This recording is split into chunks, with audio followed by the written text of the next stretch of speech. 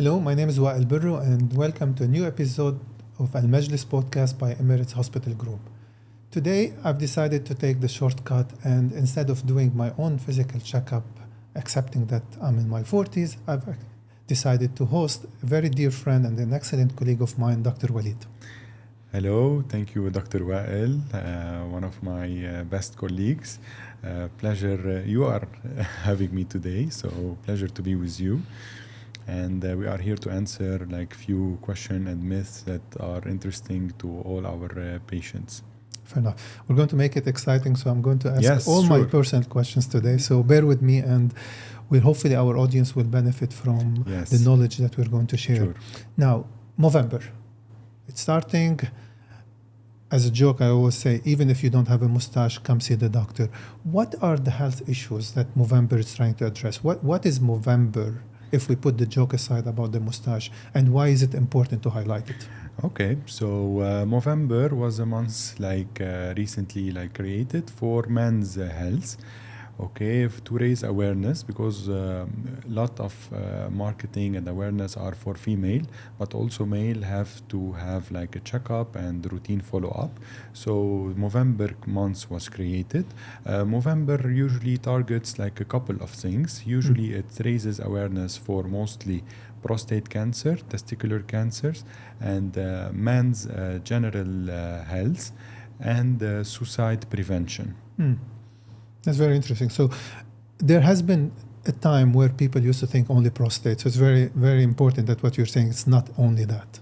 Yes, of course. So every time we talk about man, we always think only about prostate cancer, which is a very important topic. But also we tend to forget that also man can have like mental health issues, which are important to tackle and to be followed. Fair enough. So not to sound sexist, but today is more like men united, and then we'd have to get together to kind of also focus on men's health, because another episode would definitely focus on breast issues and other female checkups. Yes, of course. So let's tackle prostate. Let's start with the prostate. Okay. So how do we proceed? What is the early detection? When do I have to see the doctor? Is there a cutoff age? Is there cutoff symptoms? And what do you advise our audience when it comes to prostate? And also, if I may maybe make the question double in a sense, prostate cancer, prostate enlargement, a lot of patients panic whenever they have a bit of prostate symptoms. So can you explain to us today the difference? Yes, of course. It would be a pleasure to explain and a few things. So actually, prostate cancer, as it says, as the name says, it's a cancer. Usually screening must start in every man at around 50 years of age, unless someone has a family history of prostate cancer. So the screening usually should start 5 years earlier than whenever like the relative of the person have prostate cancer. So if someone has a father that had prostate cancer at 55, screening should start at 45. But for every other man, usually it should be at 50 years of age. Okay, so prostate cancer, whenever a man visits a urologist, which usually it's recommended once a year, we do two main things. One is a blood test called prostate-specific antigen. It's a PSA test. And the other exam, which is a physical exam, which men do not like, but we have to do it. Sometimes it's a rectal exam. Rectal exam, the urologist needs to touch the prostate to check if he has like any nodules or anything which might explain that there's a risk for cancer. Okay. So usually we should differentiate between prostate cancer and benign prostatic hyperplasia. All right, so benign prostatic hyperplasia is just like having a prostate which is enlarged. Whenever the prostate becomes enlarged, because the prostate is an organ which is below the bladder, so whenever the prostate gets enlarged, so men sometimes tend to have symptoms. Symptoms meaning like pushing to pee, waking up at night to pee, and feeling of incomplete bladder emptying. So these symptoms are not related at all to prostate cancer. It's a whole different thing. So every man will have enlargement of prostate during his life, but definitely not every man will have prostate cancer. So it's around maybe less than 10% of men will have like prostate cancer. Okay, so that's very reassuring actually, Walid, and thank you for highlighting this. So technically, if I have a bit of what we call a prostatism, which means dribbling, issue peeing, emptying my bladder, I don't have to panic and saying, oh my God, I have prostate cancer. And the worst thing I do is actually not seek help and talk to my doctor about it. Yes, exactly. So we should always seek help to understand what's going on, and doctors are here to help and make patient at ease, to discuss the symptoms, to discuss everything, and to do like the necessary screening tests whenever they are recommended. Fair enough. Perfect. Now, I keep jumping because the topic is so varied with men's health, and we're trying to cover the head to toe almost. So you mentioned testicular cancer. So again, let's talk about which age group and what are the lifestyle, if any. So I know genetic factors, we cannot change this, but Yes. is there something that you can recommend to our audience who might be worried about testicular cancer and testicular abnormalities? What can they do and when they should check? Yes, of course. So usually testicular cancer also is a disease only, of course, definitely linked to man. So testicular cancer age usually comes between 20 and 34, 35 of age. After this period, it can come, but it's unlikely. So testicular cancer, as a screening test, we recommend like man usually once a month to check the testicle during a shower. And they can just palpate to check if there are any nodules or any abnormalities or any change in size between both testicles. So testicular cancer is not very common, but it's a disease that can be sometimes easily missed because it doesn't cause usually any pain in the testicle. We only see like a lump. So patient usually comes to my clinic with a feeling of lump.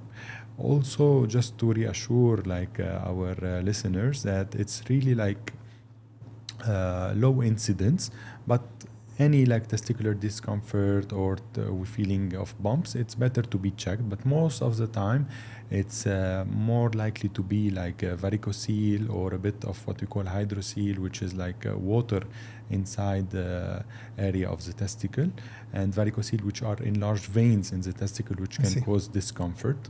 And sometimes what we call epididymal cysts, which are cysts around the epididymis, which can cause discomfort and can be mistakenly confused for testicular cancer. Excellent. So if I may maybe do the analogy, so testicular cancer or testicular screening is very similar to breast screening in females, where you encourage monthly self-examination at home, and if they feel a lump, they shouldn't panic. They should just seek help because, yes, it could be testicular cancer, but more likely it could be one of those conditions that you mentioned that are not cancer. They're just simple cysts or different lumps or bumps. Yes, exactly, 100%. So as a baseline, we can say that most of the time it's almost never cancer, but still we have to check, we have to do some tests. Like we have to do, even for example, if I have a patient in my clinic, even if my suspicion is very, very low, I have to order an ultrasound because sometimes on physical exam I can miss few things, but most of the time I can already reassure the patient by just checking him and examining the testicles that he has nothing major. Fair enough. And that's actually, I always tell patients this, is that it's not about ego things, that I think I'm right today, but let's get the evidence so that we can reassure myself and reassure you actually. So that's good. Of course. Now, the next topic in men's health, which is, like I said, it's quite varied. You mentioned mental health, and I know it's a very sensitive topic. We know the data is always against men seeking help. They don't tend to be the criers. They don't tend to be the one going to the doctor saying, I'm struggling with my mental health. How do you address it in your clinic, and how does it fit in the general men's Movember? Yes, actually, as we said before, that Movember is also about mental health in man. So depression and diseases are like both in men and women. Men tend to have like a feeling of anger, tend to take more risk, and whenever they are in depression and angry. And sometimes, of course, they tend to use substances like alcohol and smoking. And as you said earlier, that men usually, because they are men, try to hide and not like discuss about the issue. So as a urologist, we should always discuss with men whenever they are in our clinic, try to highlight that we are here available to offer, even if we are not like the first liner maybe in treating a patient with depression, but definitely we are the first line to see men So whenever we see a man that, and we ask a few questions and we see that he has or he might have like some mental health issues, it's good to discuss with him and refer to the specific doctors to be able to help him. Fair enough. And I mean, that's very similar practice what I do, and I think it's a good screening opportunity when a man comes to see you about the prostate, is to highlight this topic and to guide them in the right direction. Yes, of course. And it always starts with asking the question, how is life? How are you coping? And the way I tell my patients that I can never separate your mental well-being from your physical well-being, because at the end of the day, you're still the same person coming to see me. So even a simple diagnosis of cold or pneumonia could actually have a major mental impact on the patient. So we have to address it, and that's a very important topic. And it's always good to talk about it. Again, talking. It starts by talking and realizing there's an issue there. Of course, that's the first step. So let's try maybe move it to a bit something lighter. Okay, physical activity. Again, I come to see you, I'm a bit overweight. I'm mostly worried because Movember, someone mentioned PSA. There's an offer there that I have to come and see you for the PSA. I'm a bit overweight and I'm busy with my life. How, again, in your practice, how do you address this topic? How do you proceed? And what advice would you give our audience about lifestyle changes? Yeah, so lifestyle changes are a very important part in our medical field in general, because lots of our health issues are affected by our lifestyle and choices.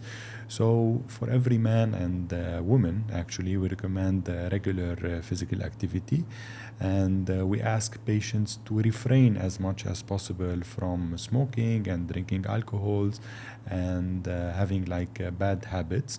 And also we need to have like a balanced diet, because balanced diet offer like a proper calorie intake and antioxidant, and it should be rich in vegetables and fluids.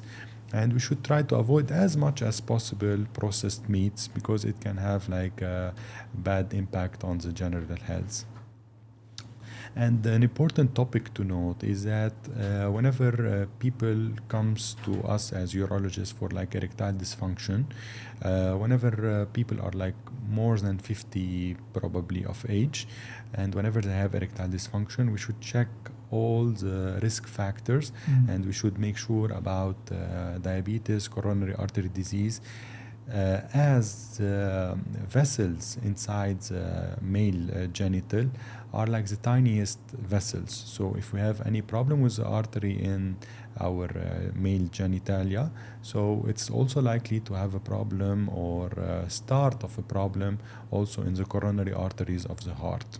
So it's good to have full health check whenever possible. And that's a very important point. Thank you. Actually, it was going to be my next question, because it's a topic that, even as much as we said mental health is an issue for men to talk about, I find sexual dysfunction harder for men to come. Do you find it? In my clinic, I find it hard, and it tends not kind of to skip in the out of the conversation. Do you address it in your clinic when a man sees you? Do you always ask about sexual dysfunction problems, and where do you move next with patients? Yes, actually, it's my job to ask, because if the urologist is not asking his patient about this topic, he's not going to share it with anyone. Now, a lot of men, they come to urologists whenever like they really had enough. So they tried maybe over-the-counter medication, maybe they took them in a wrong way, but they tried like many things which doesn't work, and then they said, okay, we need to figure it out. So whenever they come to discuss, we definitely have lots of things we can offer, and we always take it step by step. We don't always go to the heavy stuff. We start by lifestyle changes, checking if patient is taking any medication, if he has any risk factors, and we take it one step at a time. And most patients that comes to our clinic with erectile dysfunction, we offer like a specific treatment plan, and patients are usually satisfied to have a plan in hand, so they can know, they can follow like specific points, and eventually that will make them feel better and be able to perform better.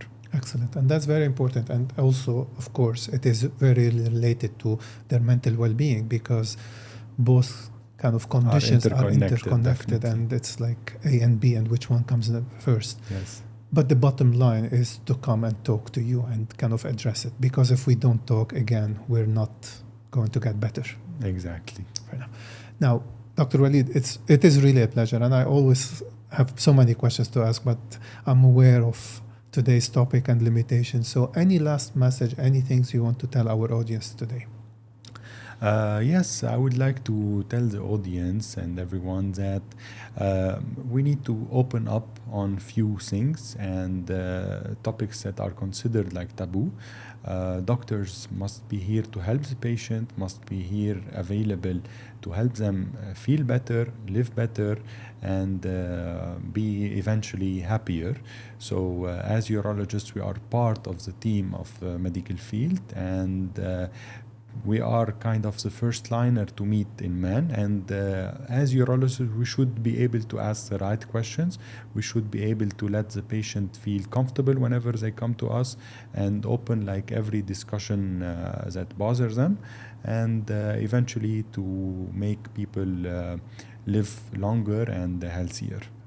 Thank you very much. And the whole point is really we're not here to judge, we're here to help. Yes, and definitely. No one better than Dr. Walid Obeid today from Emirates Specialty Hospital, our urology expert. Thank you very much for listening, and this concludes today's episode. Stay tuned for our next episode. Thank you. Thank you.